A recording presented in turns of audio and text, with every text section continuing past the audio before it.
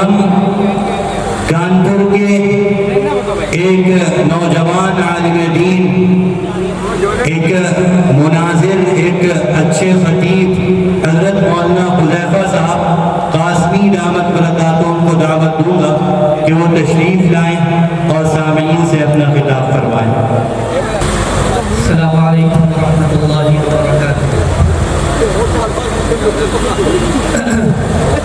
وبه نستعین واما بعد فاعوذ باللہ من الشیطان الرجیم بسم اللہ الرحمن الرحیم۔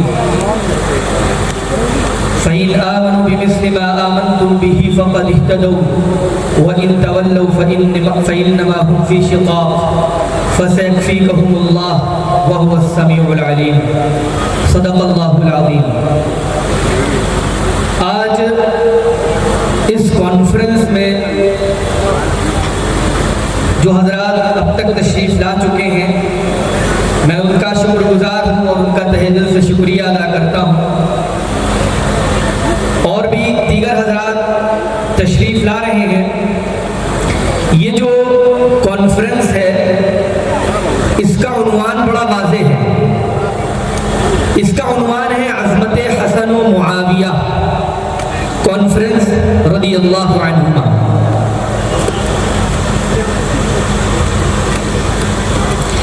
ایک بات یہاں پہ یہ سمجھنا ضروری ہے کہ اللہ تعالیٰ نے دنیا میں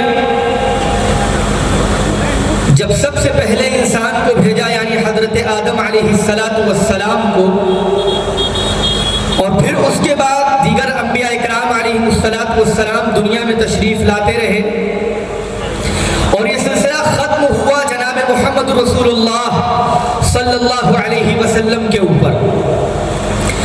اس کے بعد یہ سارا نظام اور سارا سسٹم دیا گیا صحابہ اکرام رضوان اللہ علیہم اجمعین کو کہ وہ اس دین کو سنبھالے اور اس دین کو دنیا کے ہر کونے کونے تک پہنچائے۔ یہ صحابہ اکرام کی ذمہ داری تھی۔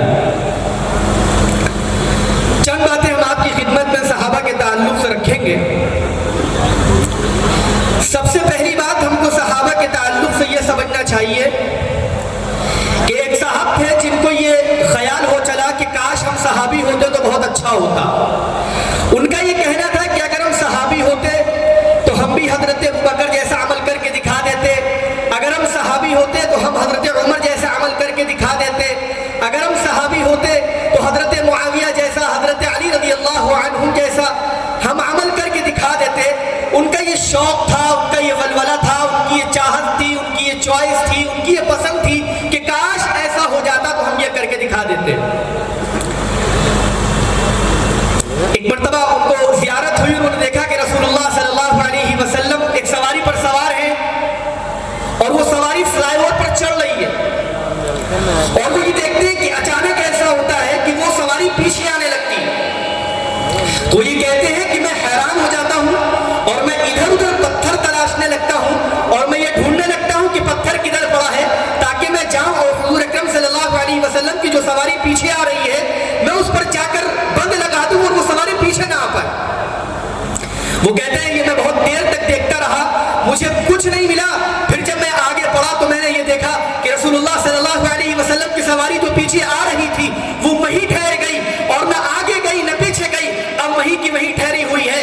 اور میں نے دیکھا صحابہ اکرام وہاں موجود نہیں ہے۔ جب ہم قریب پہنچے ہیں تو ہم نے یہ دیکھا ہے کہ صحابہ اکرام رضوان اللہ علیہم اجمعین ان چار پہیوں والی سواری پر چند صحابہ پہلے پہیے کے نیچے لیٹے تھے، چند صحابہ دوسرے پہیے کے نیچے لیٹے تھے، چند صحابہ پیچھے والے کے نیچے، چند صحابہ اگلے پیچھے والے کے نیچے لیٹے ہوئے تھے۔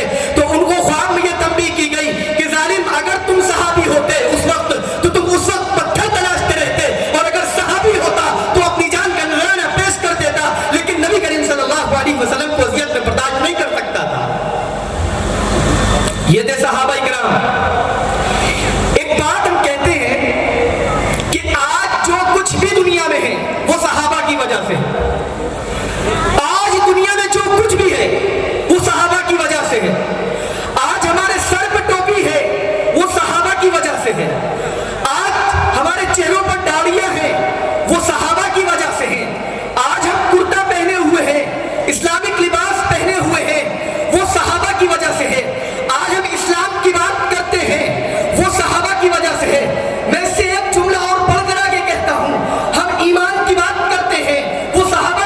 ہیں, ہم توحید کی بات کرتے ہیں, وہ صحابہ کی وجہ سے ہے.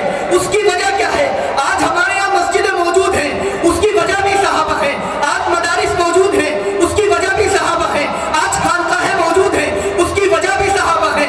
میں اس بات کو مزید مدلل کرنے کے لیے امام بخاری رحمۃ اللہ علیہ کی ایک حدیث آپ کی خدمت میں عرض کرنے لگا ہوں. میں چھوٹا ہوں, میں نے چھوٹی بات کہی ہے, میں نے چھوٹی بات آپ کی خدمت میں رکھی ہے کہ آج جو کچھ اسلام کے